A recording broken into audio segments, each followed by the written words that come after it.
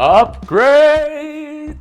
You are probably thinking, Jason, how can you upgrade your Tarmac SL7? It's already pretty damn amazing. You've already got this amazing Dura Ace group set and this absolute stunner of a paint job done for me by Gun Control Paint. And I've got a few things in mind here, some of them mechanical and some of them are aesthetic. I'm not quite filming this in order, so half of them are actually done already. So let me get onto those now. The first thing I had to do was, of course, wash the bike. I've now got a sparkly, fresh, clean bike with no dirt on it. Now that it's been washed, it's been for its service. So with the service, we've got some nice new brake fluid. The brakes feel great again. All of the bearings and the hubs are now running properly and it feels super smooth again, this bike. My next upgrade is cutting the stem here. So I will quickly show you a quick video of what it looked like before and how it is now. So thankfully Specialized, it normally comes with this cap, which is a smooth top. And what I've done is I've taken one of these stacks off. So I need to chop the stem by this much so I can refit the nice smooth cap on the top so I can get rid of my mini chimney I've got here. I now have a sleek look to the bike again. So once again aesthetic, but it helps make it look better.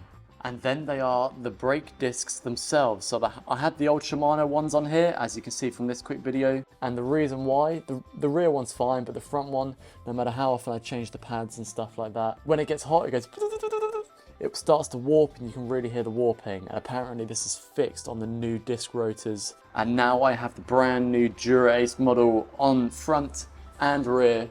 For my next upgrade, I've actually upgraded the brake pads themselves as well. For the rear pads, I've literally just put in the new LO5A resin pads and it seems to feel really good. And for the front pads here, I've gone for the Absolute Black graphene pads.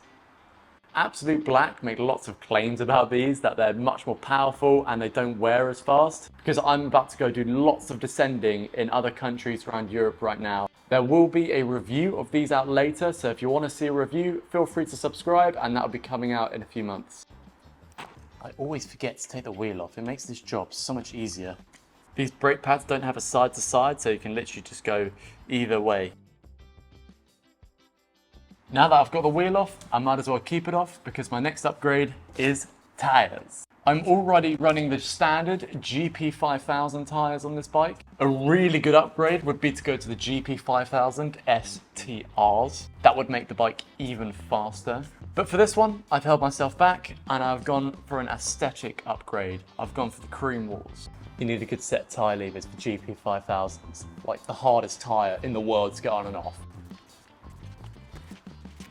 As you can see, I've been using these Ride Now TPU inner tubes, bright pink. If you want to see a nice video on these and why I've got them, then feel free to click on the link over there. You've got to line your tyre up with the valve, very important. Right, here's for the worst bit, time to get it back on. Now that it's finally on, I think that it looks amazing.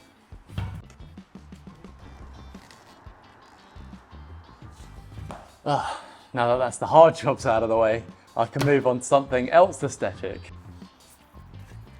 Some of you may not like these cream wall tyres, but to be honest, I think it gives it a really classic aesthetic and it's my bike and I can do whatever I want with it. I also think the cream really complements the blue as well. However, what doesn't look great is this bar tape. The white doesn't go with the cream and it's starting to get a bit dirty as well. If I take you in closer here, you can probably start to see that it's not looking at its finest anymore. I'm going to go back to black and I'm sticking with the SuperCAD stuff just because it's so grippy, so tacky and very soft as well, really comfortable. I do have one more upgrade and I'm going to bring you closer, and that final upgrade is chains. So what I've done with the chains here is I've got multiple of them and I have waxed them using Silka's Super Secret Chain Blend. So everywhere I should be going now, it should be at least 3 watts faster. My chain is never ever gonna get dirty and the chains themselves are gonna last far, far longer. I know that everybody loves a bike weigh-in, so I'm gonna be using some suitcase scales. Coming closer, let's have a look. Okay, step from 0. This bike is coming in at, let it settle, 7.47 kilos with pedals.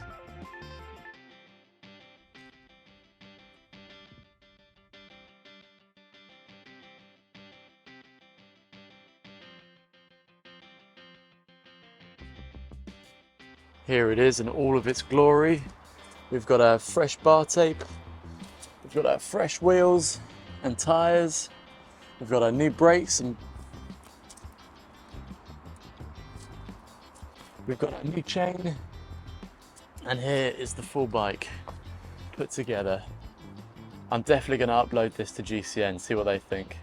Everyone, this has been my bike upgrades video. If there's anything that you would have done differently, or you do like, or you don't like, let me know in the comments below, and I look forward to seeing you in a future video. This has been Cycling Unboxed. See you later.